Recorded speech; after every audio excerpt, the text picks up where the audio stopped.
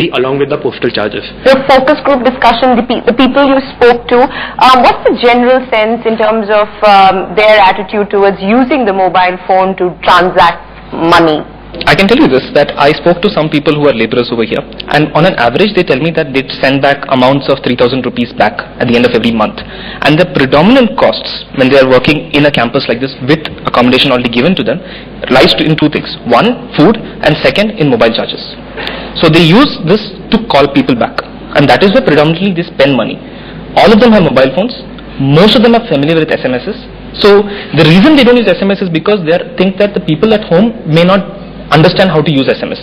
But if it's just a number that you have to send back, like a transaction pin based on the model that we have, I think I'm optimistic. So there was no mental block that you feel that they need to overcome? Absolutely no mental block. And what about the other end of the spectrum? The other end of the spectrum, I was told that if it is just a simple number, it's easy. But if it is something like you have to send an entire text explaining the entire process or communicating something, it might be difficult for people from the previous generation. But you didn't really meet consumers on the other end, right? You didn't go to we just spoke to people. No, we didn't do that. Yeah. Okay, so in a real life situation, that's really what you would have done, right? So if you were working with us, you would go to Bihar, interview some people, and I think that's where some of the other challenges will come to play, which is that I still need to go somewhere to get the money. And how far is that place, and who are you remitting to? If there's a construction worker here whose wife is living alone with her children, and I spent a couple of days with a family in rural MP, and I asked the lady that how many times do you go out of the village, and she said I went thrice for my 3 deliveries. Right. So they don't even step out of the village. Just to substantiate that fact that we have in our model a banking correspondence, which is a very important part of the product, because if we do not have that, we do not have the reach. So not even the customer would pay for that service if the banking correspondent is not present in his village. He will only use it if he knows that he can actually securely transfer money in a time-bound manner. So I guess the challenge for us to set up banking correspondence in all villages of a certain cutoff.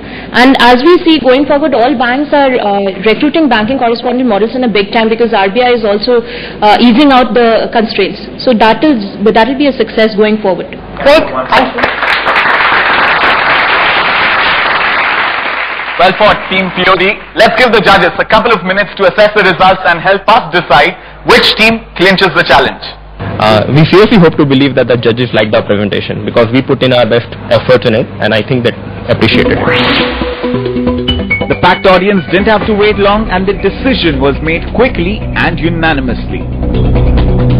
The winner of the Axis Bank Challenge from IIM Bangalore is Team POD. Well done. Congratulations. But well tried, Team Lazarus, well tried. Let's actually go over to Manisha and try and understand what was the point of differentiation for Team POD. I think you guys really got the case. You understood what the problem was, what the marketing challenge was. And I think whatever was reflected in their case was so clear because they had basic customer understanding. They knew what they wanted, they knew what they used, they knew what barriers there could be, and therefore, everything, pricing, the structure, everything was thought through. And I think you guys did a wonderful job in tackling the question. It's a wrap up here from the Bangalore edition of Lessons in Marketing Excellence Season 2. Remember, just log on to limeonline.in and you can catch all the action that's happening, not just in your campus, but also on the other campuses. We'll see you next week from a different campus. Thank you. We feel ecstatic. We've been waiting for this moment for quite some time now. And now that we have won, we're looking forward to some good celebrations. Thanks a lot to CNBC and HUL for bringing Lime 2.0 to our campus and giving us this opportunity to participate.